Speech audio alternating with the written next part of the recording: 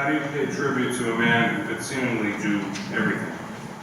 Burt Truman was highly skilled in sewing, leatherwork, cooking, baking, working with wood, metal, and stone. He gardened, sketched, played guitar, piano, and harmonica. He rode motorcycles, horses, even in a sheep costume, and had the right touch with the fly rod. Our thoughts will turn to Dad whenever we hear country music, watch a slideshow, smell cut wood, or freshly baked gingerbread.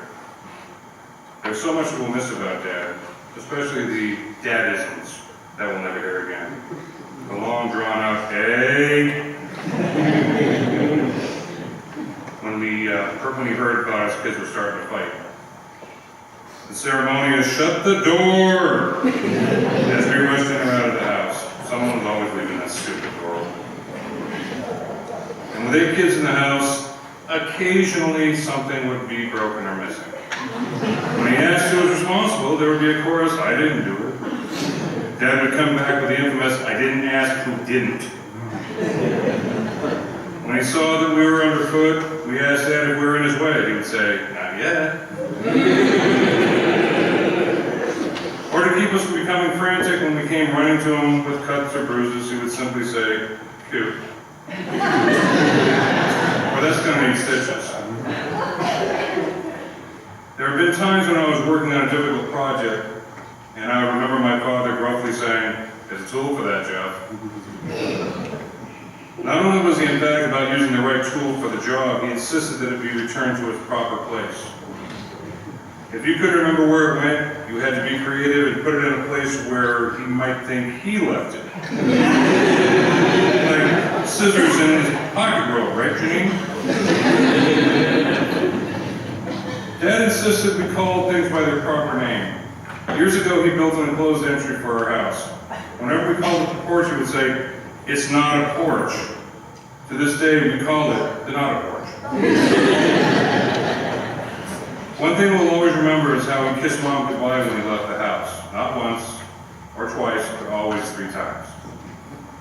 Dad's life was challenging. It wasn't simply to be a faithful husband or support a family of 10 on a single income. We didn't always get what we wanted, but we got everything we needed. Food, clothing, support, and a solid and secure home. We knew love, faith, hard work, sacrifice, creativity, and laughter. He and Mom had an unbreakable, united front.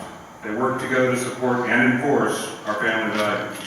It was paramount to instill faith, responsibility, honesty, and respect. The same perfectionist nature that made him a master craftsman made him an indomitable disciplinarian. You never had to guess where you stood with our father. It wasn't in his nature to shy away from responsibility or hard work. He modeled that same persistence and work ethic to his kids. He unapologetically expected the same from us. Whenever one of us gets a little too exacting, we say, your bird's showing.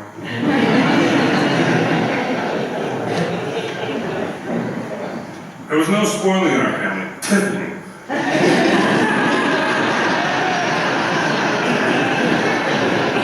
We learned to obey the rules, do our homework, carry out our chores, and not to complain about pizza hamburger casserole on Thursday nights. Meeting that day. From his music and art to his instinctive mastery of every kind of tool that he could transform materials, Dad approached the things of this world with the skill of a surgeon and the vision of an artist. But Dad's greatest gift was his capacity and willingness to help others whenever he could. He gave him pleasure and pride to be of service to others. He wasn't one for nuance or inference. Finding a way to help those who asked for it and providing the right solution was as natural as breathing to him. As we look around, we see Dad's love for the church through the meticulous modification of the altar, his careful crafting of the tabernacle, the pedestals for the statues, the ambery for the holy oils, and so many other things. Even this lectern was the work of our Father's hands. Dad taught us beyond respect and honesty and faithfulness that a gift should never be wasted. His method of teaching was simple. He taught by example. He founded Burt Security Center with little more than his skill as a locksmith. He used his singing talents to help raise money in the hospital fundraisers. Was a member in Maine Country Music Associations. Played guitar in a band called the Country Squires. With the help of our brother Brad, published his first CD, Rated Country. He used his gift as a master carpenter for the Maine State Museum. He was active in Maine woodturners and their work with Erskine Academy students. He crafted the War Memorial for the city of Hollywood.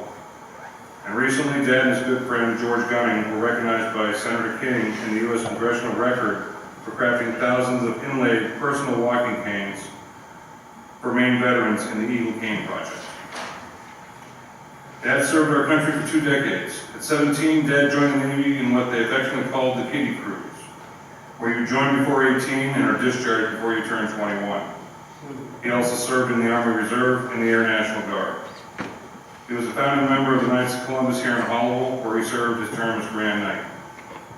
As you can see, Dad didn't waste his gifts, but he used them to their fullest capacity, and would stretch his talents by going beyond his comfort zone, a trait he passed on to his children.